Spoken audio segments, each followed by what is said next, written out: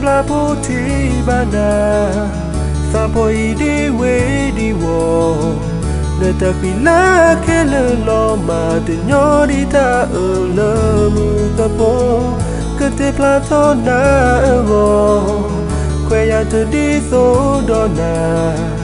te te mi ya me klipo ke te bana yuta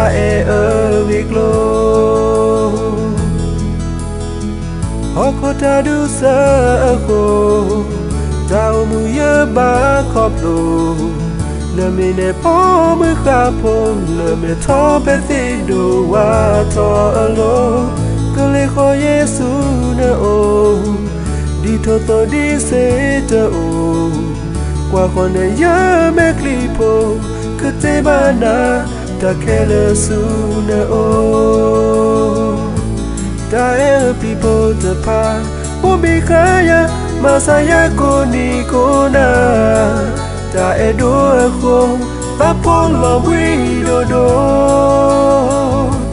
Muka uwe datuni Sana thenya Mekli pota te te pa Kenyomu Napa ya embana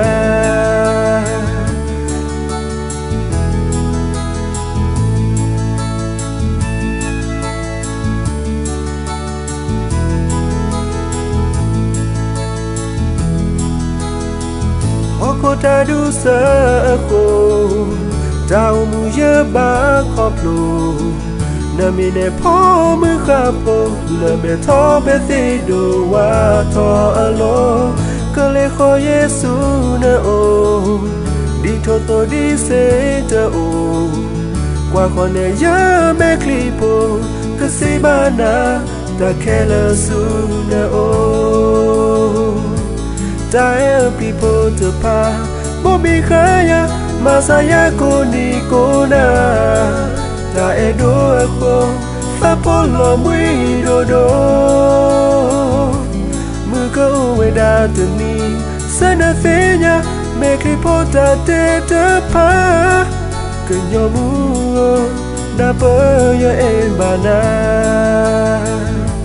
Dae people to pa Bobi kaya Masaya koni kona Ta edo ako Fapolo mwido do Muka uwe datuni Sana thenya Mekli pota te te pa Kenyomu Napa ya embana Kenyomu Napa ya embana Kenyomu ye embana Kenyomu ye embana